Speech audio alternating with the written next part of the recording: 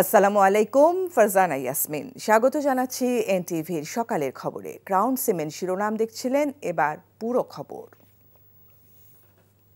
বাংলাদেশ যুদ্ধাবস্থার মধ্যে আছে এমন মন্তব্য করে প্রধান উপদেষ্টা বলেছেন, আওয়ামী লীগকে নিষিদ্ধ করার পর দেশকে অস্থিতিশীল করতে সব ধরনের ষড়যন্ত্র করা হচ্ছে। এমন পরিস্থিতিতে রাজনৈতিক দলসহ সবার ঐক্যবদ্ধ সহযোগিতা চেয়েছেন তিনি। রোববার সন্ধ্যায় 2 ধাপে অংশ নেয়া 19 রাজনৈতিক নেতার সঙ্গে বৈঠকে তিনি এসব কথা বলেন। বৈঠকে অংশ নেয়া নেতারা অভ্যুত্থানে অংশ নেয়া ছাত্র জনতা, রাজনৈতিক দল এবং সামরিক বাহিনীকে আস্থায় নিয়ে দেশ পরিচালনা করতে প্রধান উপদেষ্টার প্রতি আহ্বান জানান। মুকসিমুল আহসানের রিপোর্ট। চলমান সংকট উত্তরণে রোববার দ্বিতীয় দিন মোট 2 ধাপে 19 রাজনৈতিক নেতা বৈঠক করেন প্রধান উপদেষ্টার সঙ্গে। বিদ্যমান বাস্তবতায় 24 জুলাই আগস্টে গণহত্যার বিচার এবং সংস্কার প্রক্রিয়া এগিয়ে নিতে অধ্যাপক ইউনূসকে পরামর্শ দেন তারা। তবে কাঙ্ক্ষিত নির্বাচন আয়োজন পর্যন্ত তার পাশে থাকার প্রত্যয়ের কথাও জানান নেতারা। আমরা অনেকেই সেখানে মত প্রকাশ করেছি যে এটা বেটার হয় ফেব্রুয়ারির মধ্যে যদি নির্বাচনটা করা যায়, 5 ফেব্রুয়ারির মধ্যে। বাকিটাও আমরা বলেছি যে আমরা এটা ব্যাপারে রিজিড না, ওনার জন্য যেটা সুবিধা হয়। যে বেশি সময় ক্ষেপণ করলে সমস্যার সমাধানের জন্য সময় ক্ষেপণ যদি করেন, উল্টাটা হতে পারে। উল্টাটা হলো পরিস্থিতি আরো খারাপ হয়ে যাবে, তখন আর কিছুই করার থাকবে না। আজকে আলোচনা খুব সুন্দর হয়েছে এবং আমরা সবাই দেশ গড়া ব্যাপারে আরো যে আমাদের যে একটা ভয় ছিল, অন্ধকারের মেঘ ছিল, সেটা আল্লাহর রহমতে অনেকটা কেটে গেছে। নির্বাচনের তারিখ নিয়ে রাজনৈতিক দলগুলোর মধ্যে মতপার্থক্য থাকলেও সবাই চান প্রধান উপদেষ্টা ঘোষিত সময়ের মধ্যেই হবে আগামী নির্বাচন। তবে আগে স্থানীয় সরকার নাকি জাতীয় নির্বাচন, উপদেষ্টা পরিষদ নির্বাচন পুনর্গঠন ইত্যাদি বিষয়ে ভিন্ন মত থাকলেও জাতীয় স্বার্থে সবাই একসাথে কাজ করার কথা জানান। সেই সাথে অন্তর্বর্তী সরকারের সঙ্গে রাজনৈতিক দলগুলোর দূরত্ব কমানোরও পরামর্শ দেন কেউ কেউ। অভ্যুত্থানের অংশগ্রহণকারী ছাত্র জনতা, রাজনৈতিক দল, অন্তর্বর্তী সরকার, এমনকি সশস্ত্র বাহিনী সবাইকে আস্থার মধ্যে নিয়ে কিভাবে বাংলাদেশ গণতান্ত্রিক অভিযাত্রার পথে হাঁটবে, বিচার এবং সংস্কার সম্পন্ন করে এ ব্যাপারে আপনারা নেতৃত্ব প্রদান করবেন, সেই জায়গাটাকে আমরা দেখতে চাই। করিডোর ইস্যুতে, বন্দর ইস্যুতে, আন্তর্জাতিক যেই ইস্যুগুলো রয়েছে সেখানে যেন সকল রাজনৈতিক দলগুলোকে সম্পৃক্ত করে সেই বিষয়ে রাষ্ট্র এবং সরকার তার সিদ্ধান্ত গ্রহণ করে এবং পলিসি মেনটেন করে। উপদেষ্টা পরিষদের পুনর্গঠনের বিষয়টাও আলোচনা হয়েছে এবং সেখানে রাজনৈতিক দলের পরামর্শ নিয়ে এই সমস্যার সমাধান যেন সরকার করে। পরে ব্রিফিংয়ে প্রধান উপদেষ্টার প্রেস সচিব জানান, অধ্যাপক ইউনূসের প্রতি সব দলের প্রতিনিধিদের অকুণ্ঠ সমর্থন রয়েছে। যে কোনো ধরনের ষড়যন্ত্র মোকাবেলায় ছাত্র জনতার গণ অভ্যুত্থানের শক্তিকে ঐক্যবদ্ধ থাকার আহ্বান জানিয়েছেন অধ্যাপক ইউনূস। আমি প্রফেসর ইউনূসকে কোট করছি, উনি যেটা বলেছেন, আওয়ামী লীগকে নিষিদ্ধ করার সঙ্গে সঙ্গে আর একটা যুদ্ধ পরিস্থিতি তৈরি হয়েছে দেশের ভিতরে এবং বাইরে, যাতে আমরা এগোতে না পারি। মানে যারা এই কনস্পাইরেসিগুলো করছে তাদের ইন্টেনশন হচ্ছে আমরা যেন আবার গোলামিতে ফেরত যাই। আমি যতদিন আছি দেশের কোনো অনিষ্ট হবে এমন কোনো কাজ হবে না, নিশ্চিত থাকেন। একই সঙ্গে তিনি জানান, 2 দিনে অংশ নেয়া সব রাজনৈতিক দলগুলোকে তার প্রতিশ্রুতি পুনর্ব্যক্ত করে প্রধান উপদেষ্টা আশ্বস্ত করেছেন যে কোনো পরিস্থিতিতে আগামী জাতীয় নির্বাচন হবে 30 জুনের মধ্যেই। Muksimul Ahsan, NTV news, Dhaka. সরকারের আশ্বাস পাওয়ার পর জাতীয় রাজস্ব বোর্ড এনবিআর বিলুপ্তির প্রতিবাদে ডাকা কর্মবিরতি প্রত্যাহার করে নিয়েছেন আন্দোলনকারী কর্মকর্তা কর্মচারীরা।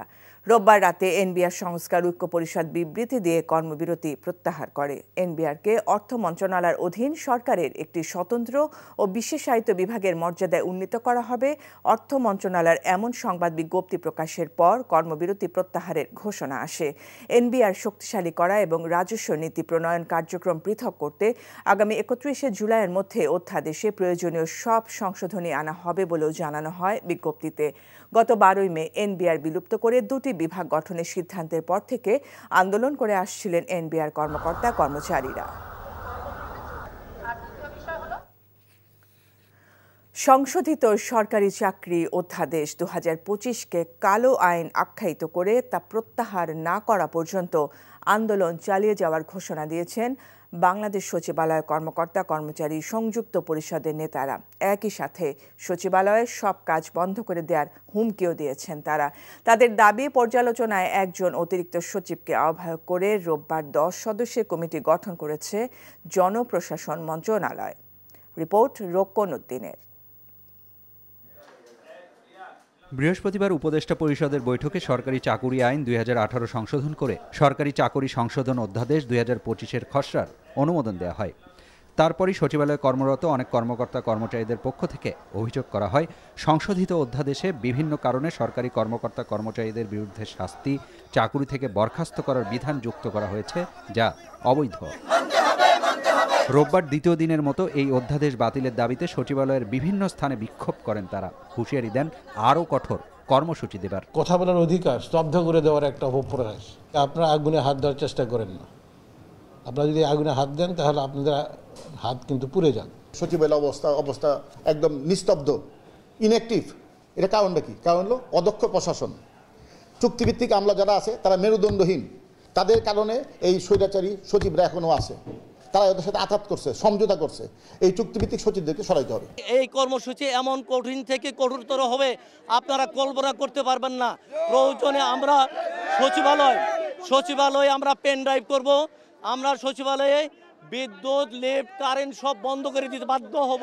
আওয়ামী লীগ সরকারের আমলে নির্বাচনের সুবিধা পাওয়ার জন্য 2018 সালে যে সংশোধনী আনা হয়েছিল তা বাতিলই অন্তর্বর্তী সরকারের উদ্দেশ্য বলে জানিয়েছেন স্বরাষ্ট্র উপদেষ্টা। আওয়ামী লীগ সরকার যে একটা সংশোধন করে ইলেকশনটা যেন ম্যানিপুলেট করতে পারে ওই জন্য একটা কিছু সংশোধন করছিল। ওই সংশোধনটাই শুধু বাদ দেওয়া হয়েছে। আগে যেরকম আইনটা ছিল ওইটাই করা হয়েছে। তারপরেও যদি তাদের কোনো রকমের থাকে তারা আলোচনা করতে পারবে। সরকারি চাকুরি আইন সংশোধনের প্রস্তাবিত খসড়ায় বিশৃঙ্খলা সৃষ্টি, অযৌক্তিক ছুটি ও অন্য কাউকে কাজ থেকে বিরত রাখার চেষ্টা করলে শাস্তির বিধান রাখা হয়েছে। শাস্তি হিসেবে থাকছে চাকুরি থেকে বরখাস্ত, চাকুরি থেকে অব্যাহতি এবং পদাবনতি বা বেতন কমিয়ে দেয়া। Rokon Uddin, NTV news, Dhaka. BNP নেতা ইশাক হোসেনের শপথের দাবিতে ঢাকা দক্ষিণ সিটি কর্পোরেশন অবরুদ্ধ করে রাখেন কর্মকর্তা কর্মচারীরা। রোববার সকাল থেকে নগর ভবনে তালা ঝুলিয়ে লাগাতার আন্দোলন করেন কর্মকর্তা কর্মচারীরা। স্থানীয় সরকার মন্ত্রণালয় থেকে শপথের বিষয়ে কোনো আশ্বাস না পাওয়ায় হতাশা ব্যক্ত করেন আন্দোলনকারীরা। দ্রুতই শপথের আয়োজনের দাবি তাদের। এদিকে 10 দিনেরও বেশি সময় ধরে আন্দোলনে স্থবির হয়ে পড়েছে নগর ভবন। বিপাকে পড়েছেন সেবা নিতে আসা নগরবাসী। অনেককেই সেবা না পেয়ে ফিরে যেতে দেখা যায়। নগর ভবনের স্বাভাবিক কার্যক্রম ফেরাতে দ্রুত এর সমাধান চান নগরবাসী।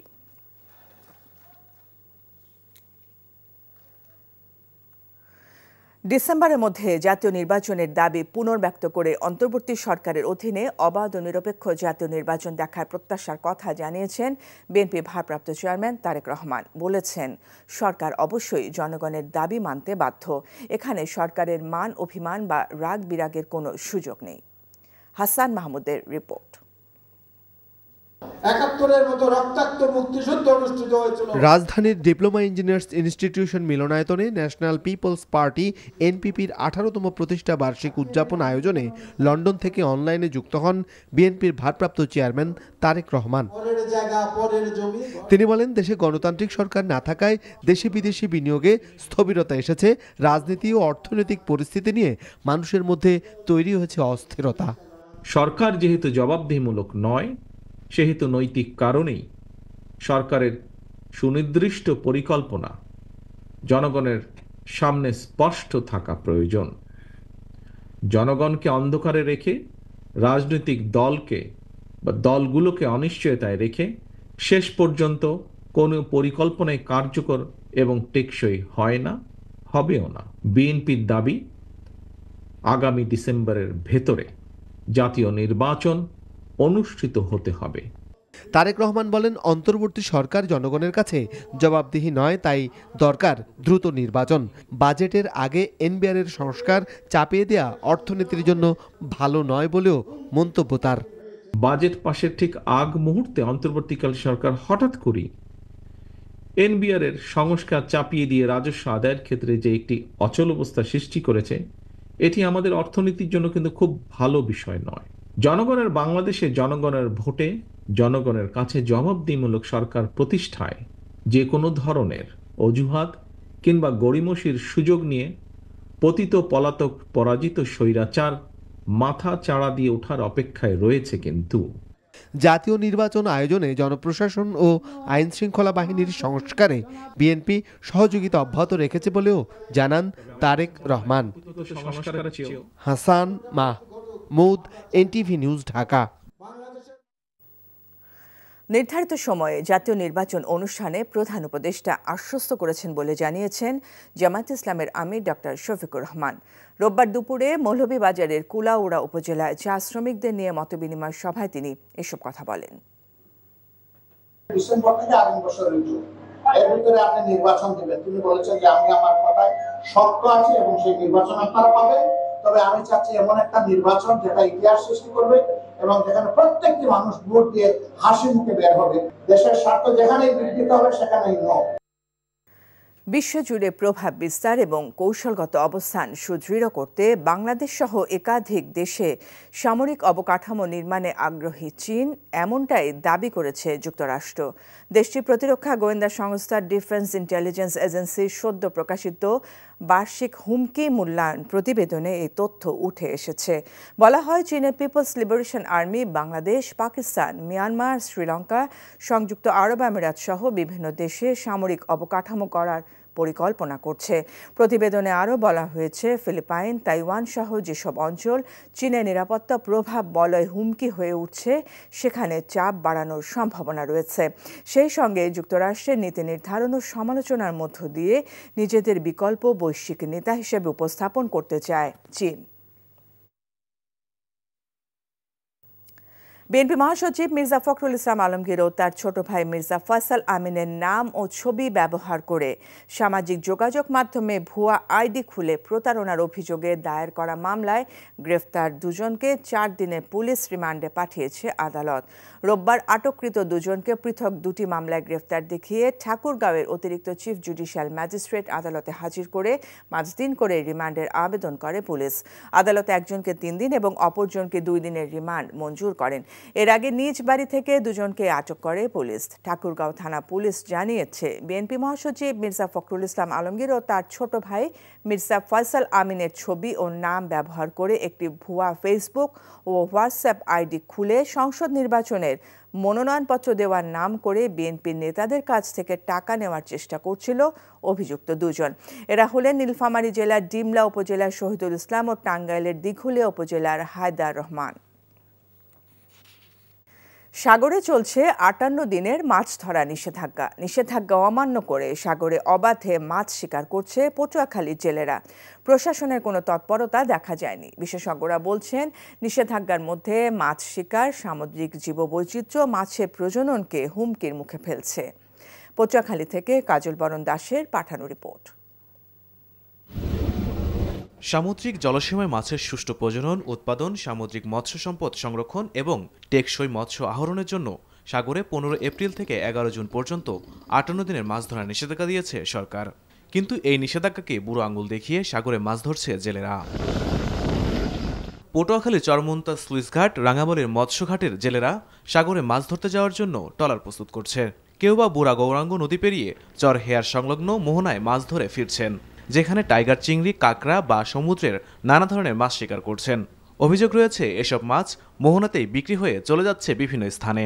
নিজেদের সময় দেখা গেছে আমরা অনেক সময় বরফ মিল বন্ধ থাকে, তো আমরা দূর দূরান্ত থেকে বরফ নিয়ে সাগরে নামি, যাতে কোনো নৌ পুলিশের আওতার ভিতরে বা নেটের আওতার ভিতরে থাকি না, নেটের বাইরে চলে যায়। পাশাতি সরে এই লাইন ধরে মাছ ধরি, আমরা মাছ ভালো পাই। কি কি মাছ ধরেন এখন? ডাডি মাছ, পোয়া মাছ, এইগুলি। কেমন ধরা পড়ে? বাইতে পারলে হয়, একটা দেখা হয় তাহলে 10,000 15,000 বিলে হয়। নিষেধাজ্ঞার মধ্যে প্রশাসনের চোখের সামনে এমন মাছ শিকার নিয়ে হতবাক স্থানীয় প্রশাসন। বলছেন, নৌ পুলিশের সীমাবদ্ধতা সহ নানা কারণে অভিযান সম্পূর্ণ হচ্ছে না। আমাদের যে ট্রলার বৈরী আবহাওয়ার কারণে মাঝে মাঝে আমরা সমুদ্রে মুখ করতে পারি না। নদীতে যারা আইনটা মানবে না বা সাগরে মাছ ধরতে যাবে আইন অমান্য করে, তাদের জন্য আইনত ব্যবস্থা নেওয়া হবে। তাদের 1 থেকে 2 বছর জেল অথবা জেল জরিমানার মধ্যে আওতায় নিয়ে আসা হবে। তবে বিশেষজ্ঞরা বলছেন নিষেধাজ্ঞা না মানায় সমুদ্রের জীববৈচিত্র্য ও মাছের উৎপাদন হুমকির মুখে পড়ছে। তারা কিভাবে আসলে এই সময়ে জেলেরা সাগরে যাচ্ছে এবং মাছ ধরছে, এটা নজরদারির আওতায় আনতে হবে। আরেকটা বিষয় হচ্ছে যে ঘাটগুলো রয়েছে এইগুলাকে ডিজিটালাইজ করতে হবে, যে কি পরিমাণ নৌকা আসলে এই সাগরের দিকে যাচ্ছে এবং তারা কি পরিমাণ মাছ নিয়ে আসছে। নিষেধাজ্ঞায় মাছ শিকার বন্ধে কার্যকরী পদক্ষেপ চান জেলেরা। NTV news desk. Mercantile bank অর্থনীতির খবর। গত বছরের চেয়ে ৫ টাকা বাড়িয়ে প্রতি বর্গফুট লবণযুক্ত গরুর চামড়ার দাম রাজধানীতে ৬০ থেকে ৬৫ টাকা ও রাজধানীর বাইরে ৫৫ থেকে ৬০ টাকা নির্ধারণ করা হয়েছে। আর ছোট গরুর চামড়া ঢাকায় ১,৩৫০ ও ঢাকার বাইরে ১,১৫০ টাকা নির্ধারণ করা হয়েছে বলে জানিয়েছেন বাণিজ্য উপদেষ্টা শেখ বশির উদ্দিন। রোববার দুপুরে সচিবালয়ে বাণিজ্য মন্ত্রণালয়ের পক্ষ থেকে কোরবানির ঈদের চামড়ার দাম নির্ধারণ নিয়ে আয়োজিত সংবাদ সম্মেলনে এই তথ্য জানান তিনি। দাম নিশ্চিত করতে ঈদের ১০ দিনের মধ্যে রাজধানীতে কোনো চামড়া আসবে না বলেও জানান উপদেষ্টা। প্রতি বর্গফুট খাসি ও বকরির চামড়ার দাম গত বছরের চেয়ে ২ টাকা করে বাড়িয়ে যথাক্রমে ২২ থেকে ২৭ টাকা আর ২০ থেকে ২২ টাকা নির্ধারণ করা হয়েছে। সেই হিসাবে নির্ধারণ করা হয়েছে ছোট গরুর চামড়ার দামও।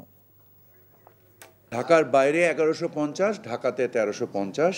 খাসির ক্ষেত্রে আমরা যেটা বলেছি ২২ থেকে ২৭ টাকা এবং বকরির ক্ষেত্রে আমরা বলেছি ২০ থেকে ২২ টাকা। আর গরুর চামড়ার ক্ষেত্রে আমরা বলেছি যে এটা কি ৬০ থেকে ৬৫ টাকা, ৬০ থেকে ৬৫ টাকা ঢাকায় এবং ঢাকার বাইরে ৫৫ থেকে ৬০ টাকা। চাহিদা তৈরি করার ক্ষেত্রে আমরা আন্তর্জাতিক বাজারে কাঁচা চামড়া অথবা ওয়েট ব্লু চামড়া সাময়িকভাবে, যেটা বাংলাদেশ থেকে রপ্তানি নিষিদ্ধ তালিকায় ছিল, এই নিষিদ্ধ তালিকা থেকে আমরা তুলে দিচ্ছি। এই ছিল সকালের খবরে। এই খবরের ভিডিও সহ আপডেট জানতে ভিজিট করুন এনটিভি অনলাইন www.ntvbd.com। এছাড়াও এনটিভির জনপ্রিয় সব অনুষ্ঠান ও খবরের আপডেট জানতে ভিজিট করুন আমাদের ইউটিউব ও ভেরিফাইড ফেসবুক পেজ। এতক্ষণ সাথে থাকার জন্য ধন্যবাদ সবাইকে।